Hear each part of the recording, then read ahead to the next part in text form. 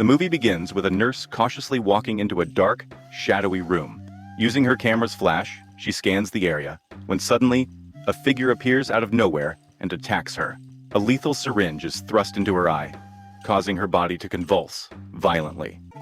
After a few moments, the nurse dies, and the killer drags her body away. In the next scene, we meet Dr. Roger, who runs a private hospital that specializes in treating comatose patients. He's in a meeting with the hospital's director, who asks about the status of his research. Roger assures him that he's working on it, but the director warns him that if he doesn't deliver results soon, the investors will pull their funding. That afternoon, a nurse named Kathy Jacquard arrives at the hospital for a job interview. She's greeted by the head nurse, Cassidy, who seems a little grumpy. Soon after, Dr. Roger enters the room and begins asking Kathy a series of medical questions. Kathy confidently answers them all correctly, so Roger hires her for the position on the spot. Afterward, Kathy gets her uniform, and another nurse named Paula gives her a tour of the facility. During the tour, Paula mentions that Cassidy is actually Dr. Roget's daughter, though they prefer to keep that relationship quiet. Paula also reveals that the nurse who worked there before Kathy mysteriously disappeared overnight, and no one knows why. As they walk down the hallway, Paula introduces Kathy to the patients, eventually stopping at room 15. Inside lies Patrick, a young man who's been in a coma for years. Paula explains that Dr. Roget pays special attention to him, as he's part of some kind of experiment. Unlike the other patients, Patrick seems to be in relatively good health. Curious, Kathy approaches him to say hello, but suddenly, Patrick spits at her. Paula quickly reassures Kathy that it's just an involuntary reflex, and there's nothing to worry about. Later, while Kathy is sweeping the floor, she hears a strange alarm. When she turns around, she's horrified to see a man with a scarred face. Panicked, Kathy freezes, but Paula arrives and explains that the man is Mr. Fraser, one of their patients. Fraser was severely injured in an explosion, but thanks to Dr. Raje's treatments, he woke from his coma. Paula then takes Kathy to Fraser's room, which is filled with clocks. She explains that Fraser operates the nearby lighthouse every day at 7 p.m. That night, Kathy is in her room scrolling through Facebook when she gets a call from her ex, Ed.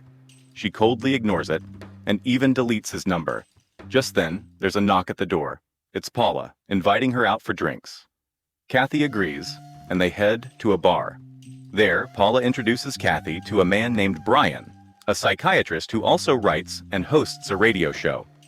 He takes an interest in Kathy, and she finds herself drawn to him as well. The next day, Dr. Roger brings Kathy into room 15, but warns her not to speak to Patrick under any circumstances. Inside, Roger begins conducting experiments on Patrick.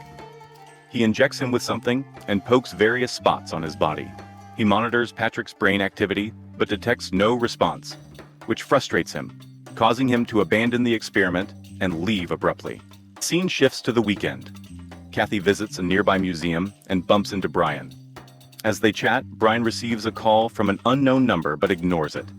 He then invites Kathy for coffee, to which she happily agrees. However, while they're talking, Brian suddenly spits on her without warning. Disgusted and upset, Kathy storms off. Next evening, Brian shows up at Kathy's place to apologize, admitting that he doesn't remember spitting on her and asking for her forgiveness. Still angry, Kathy eventually accepts his apology and invites him in. They spend some time together, but their evening is interrupted by a knock at the door. It's Ed, Kathy's ex, trying to reconcile. Kathy makes it clear that she doesn't want to see him and tells him to leave. Before he goes, Ed gives her his temporary address and says he won't leave town until they resolve things. This encounter ruins Kathy's mood, so she asks Brian to leave as well. As he's preparing to go, Brian's hands begin shaking uncontrollably, causing him to drop and shatter a glass, badly cutting his hand. Kathy rushes him to the hospital, then returns home afterward. Later that night, Brian shows up at her house again, and they start getting intimate. But during the moment, Kathy is startled to see Brian's face morph into Patrick's. His skin withers like a mummy, and Kathy screams in terror, waking up to realize it was just a nightmare. The following day at work, Kathy sees Dr. Roget continuing his experiments on Patrick. After Roget leaves, Kathy approaches Patrick, and once again, he spits at her. Furious, she slaps him. But when Patrick starts crying, she immediately feels guilty and apologizes. Strangely, Patrick spits again, and Kathy realizes he's trying to communicate. She instructs him to spit once for yes and twice for no. She begins touching different parts of his body, asking if he can feel anything, and he responds by spitting. Growing curious, she touches him more intimately, but just then Cassidy walks in and catches her in the act. Cassidy summons Kathy to her office and scolds her for trying to communicate with Patrick and for touching him inappropriately. Kathy insists that Patrick is conscious, but Cassidy dismisses her claims and curses the patients, wishing they'd all die quickly. Their argument is interrupted when Dr. Rajay enters, demanding proof of Kathy's claims. Kathy brings him to Patrick's room and asks Patrick to spit, but this time Patrick doesn't respond. Disappointed, Dr. Rajay explains that the spitting is likely due to electrical currents from the medical equipment in Patrick's body. That night, the computer in Patrick's room suddenly turns on by itself. It's revealed that Patrick has telekinetic powers, allowing him to control objects with his mind. He starts browsing through Kathy's social media, looking through her pictures. When he finds a photo of her with Ed, he grows jealous. The next day, Kathy approaches Patrick alone, asking why he didn't respond when the doctor was present. Using his telekinetic abilities, Patrick types the word secret on the nearby computer screen. Shocked, Kathy stares at the word, but before she can say anything, Paula arrives and the word disappears. In the evening, Kathy meets with Ed, and they finally resolve their relationship issues. They chat for a long time, and Ed heads to the kitchen to cook. Just then, he receives a missed call from an unknown number. Before he can figure out who it is, Patrick takes control of Ed and forces him to place his hand on a hot grill. Moments later, when Kathy arrives in the kitchen, she is horrified to find Ed's hand severely burned. She rushes him to the hospital, where the doctor explains that Ed's nerves are so damaged he couldn't even feel the pain. Despite the terrible accident, Kathy returns to the facility and tries to communicate with Patrick. To her surprise, he starts responding through the computer again. When Kathy asks if he wants the doctor to stop torturing him, Patrick refuses. When she inquires why he only talks to her, he replies that it's because she has always treated him kindly. Later, when the doctor arrives to perform another painful experiment on Patrick, Kathy protests. She argues that the procedure is inhumane, but the doctor tells her to mind her own business. That evening, Kathy meets with Brian and tells him everything about the cruel experiments Dr. Rajat has been conducting. She insists that they must act quickly or Patrick might lose his life. Brian is shocked by this news and promises to speak with his reporter friends to find a solution. The next day, Kathy is approached by Rajay, who is furious with her for spreading rumors about him. He reveals that Brian has been calling and asking him various questions. However, Kathy denies knowing anything about this and walks away. Later, she tells Patrick that she's going to help him and that he will finally be free from Rojay's experiments.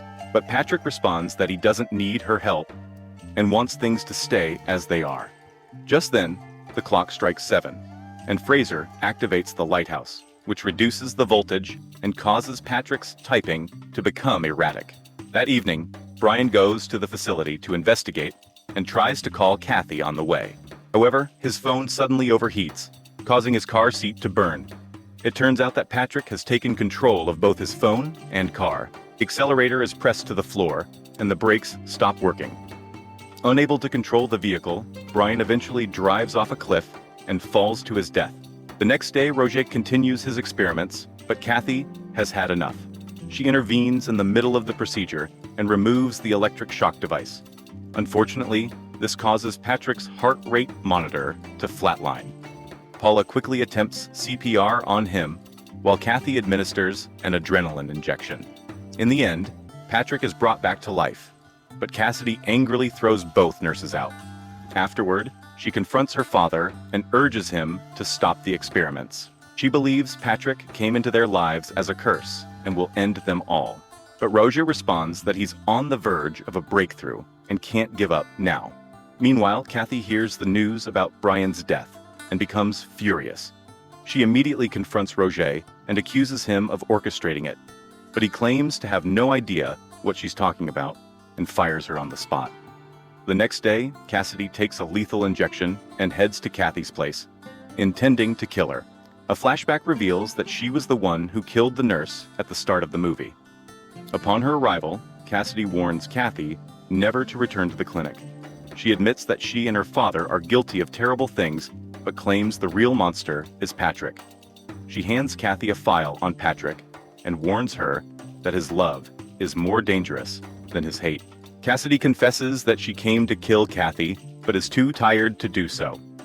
After Cassidy leaves, Kathy reads the file and discovers that Patrick was obsessed with his mother.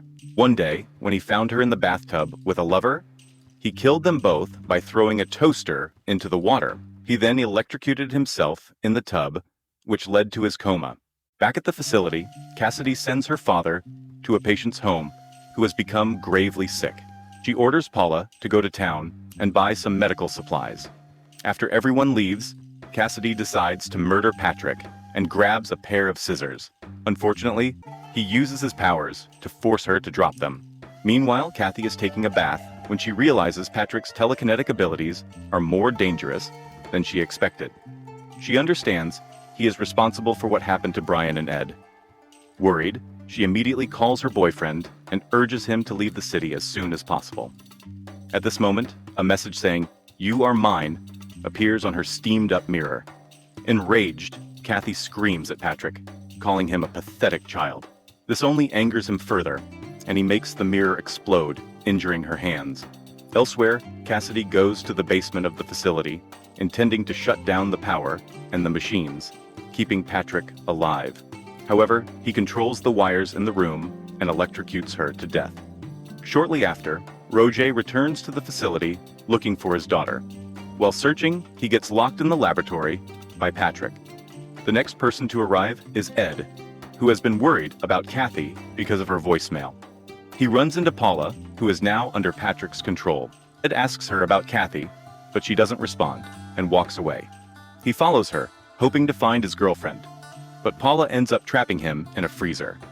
Not long after, Kathy arrives at the facility and discovers that all the patients have suddenly gotten up. They begin chanting, "Patrick wants a hand job," which weirds her out and scares her at the same time. As she tries to escape, she encounters Paula, still under Patrick's control. He leads her to the elevator door, which quickly opens, causing her to fall to the ground. Fortunately, Paula is not injured, which brings Kathy some relief. But her relief is short-lived when Patrick releases the elevator and crushes the nurse to death. In the aftermath, a distraught Kathy goes to room number 15, which turns out to be locked. She receives a text from Patrick declaring his love for her. Kathy screams at him, asking if this is the same love he felt for his mother. He doesn't respond, and simply tells her that he has locked Ed somewhere. This greatly worries Kathy, and she runs around the facility searching for her boyfriend, but to no avail. Soon, she arrives at the laboratory where Roger is seen eating live frogs. He claims that the lunatic patient forced him to do it. Abruptly, Roger runs away from the room, but locks the door behind him, trapping Kathy inside. He grabs a lethal syringe and attempts to kill Patrick with it. However, Patrick throws him out of the room and uses the electric shock device on him. Fraser notices Roger in pain and intends to pull out the electric shock device, but then his alarm clock rings, and he rushes to the lighthouse, showing that his lighthouse obsession is more important than saving someone's life. Unfortunately for Roger, he dies a painful death. As all of this is happening, Kathy manages to escape and discovers Ed trapped in the freezer.